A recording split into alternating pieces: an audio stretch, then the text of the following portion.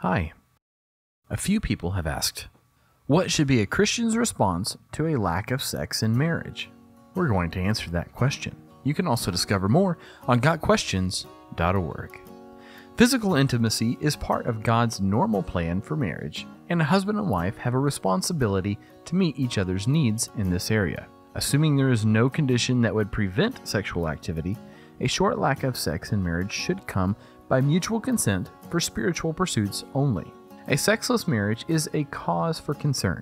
The root is most likely a spiritual one. The first order of business is to pray for wisdom, mercy, and grace to help in the time of need. It's always good to put one's own house in order before seeking to correct someone else. Therefore, if a spouse feels wronged in this area, he or she should ask the Lord to reveal anything they may be doing to contribute to the problem. God will answer such a prayer, provided we are willing to listen.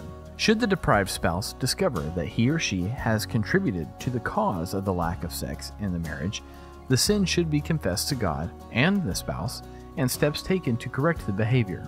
If this has been done and sexual intimacy is still withheld, the wronged spouse should continue praying daily for grace to love unconditionally and trusting God to work in His time.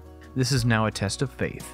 All the while, the deprived spouse should take care to keep the lines of communication open with his or her partner and never neglect God's commands concerning the marital relationship.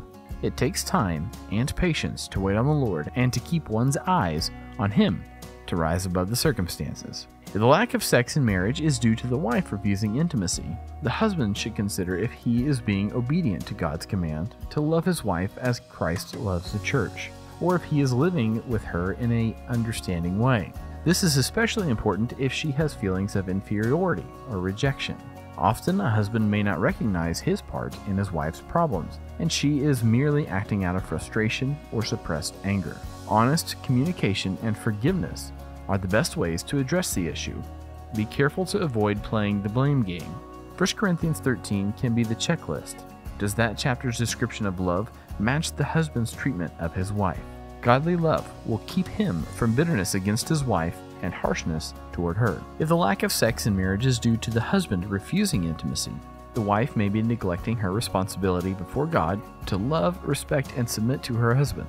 If he feels neglected, inferior, or dominated, he may refuse intimacy to get even or to regain control, or he may lose interest altogether.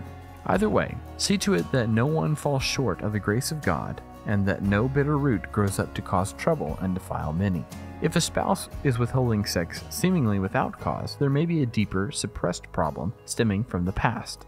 In this case, counseling could help the problem come to the surface and hopefully be dealt with. In any case, both parties should take some time off and sit down with the intent to talk it out without shifting the blame.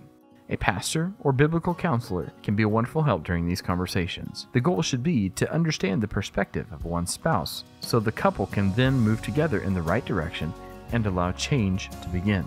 In conclusion, healing cannot be forced and may take some time. In the meantime, forgiveness is an immediate command. If both parties want God's best and if the process is done in humility and sincerity, full intimacy is possible once again. A hurting couple should commit themselves to time in the Word daily, to prayer, to obedience to God, and to each other. Then they can patiently trust the Lord to work in both their hearts and heal whatever is causing the lack of sex in the marriage.